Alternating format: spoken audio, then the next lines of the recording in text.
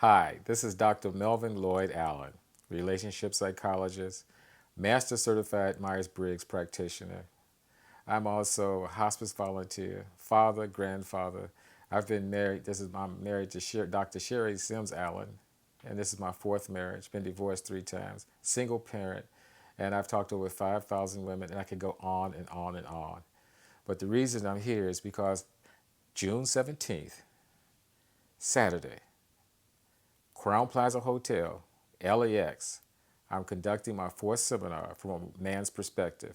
And why? Because I've listened to women over the years, always trying to attempt to explain or reason with why do men do this and why do men do that. So there are a lot of seminars talking about men do this and men do that. This is very different. I'm incorporating Myers Briggs into the conversation. Carl Jung said, until the unconscious is conscious, it would direct your life and you would call it fate. So the way I see it is like relationships are like two blind people playing golf at midnight, wondering why they can't get the ball in the hole. First of all, you're blind. Second of all, it's midnight. And then when you want to make it more complicated, you put blindfolds on and then say, I can't see. Of course you can't see. So that unconscious part of you, that's the part I'm focusing on, enlightening women to become more conscious and aware of why they might not have relationships working the way they want them to work.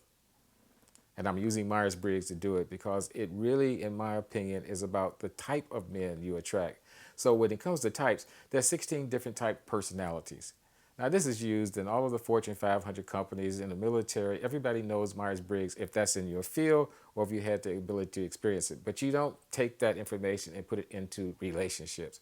I'm doing that because I think it really is a great bridge to be able to explain why some men work for you and some men don't work, why some boys do this and why other boys don't. For example, before I did Myers-Briggs, if you were a quiet person in the corner, I would go like, oh, let me go rescue them. As an extrovert, I'm thinking that I'm going to rescue you, and I'm finding out that, you don't want to be rescued. You're fine. So if a kid is sitting in the corner and wants to read a book versus go out, and unconsciously you're saying, you got to go out, you got to go out, you're forcing them to do something that is not natural and something they don't have a preference for doing. And it works that way in relationships also. So when you get into a relationship with someone and you're wondering why there's friction or why there's tension, first of all, it's normal. Opposites attract each other. Forget about it. You will not be able to have someone who sees the world just like you. General George Patton says, if we both think alike and we both act alike, one of us is not necessary. So extroverts like to be attracted to introverts because it's like exciting to show them your world. Introverts like extroverts because you want to be able to have somebody to show you the world, because if left up to you, you might not leave the house. So when you start looking at these different personality types, all of a sudden the light bulb goes off. You say, oh, now I see. He is a thinker. He's not a feeler. He's not doing it to me. He just doesn't have those traits and qualities. Or if you get a person who's a slob, like a P, and I know I'm one, I'm not saying I'm slob, but not as organized, makes it up on the spot, very spontaneous, very casual and laid back, might not make all of his appointments on time, but he gets there and has a wonderful personality.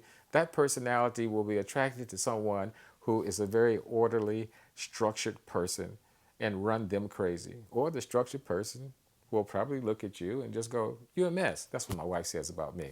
But opposites attract each other, and being able to understand that, it's very helpful, very insightful. So the question for the number 3 is like, what do you think we can do to improve the quality of our relationships? What do you think we can do to improve the quality of our relationships? So all these different personalities, these men will be answering that question. And like a fly on the wall, you'll listen to us discuss it, and you'll listen to us give you answers. And through the lens of Myers-Briggs, you'll be able to literally see the different personality types and how they answer the questions. And you'll be able to go like, he's a this, he's a that, that won't work for me, this is a match for me. So that at least you'll have some insight into what you're doing in your current relationship, what did not work in your past relationship, and what you might want to consider going into your next relationship.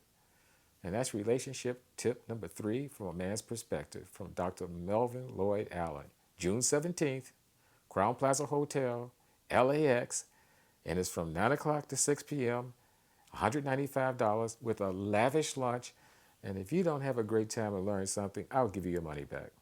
Thank you.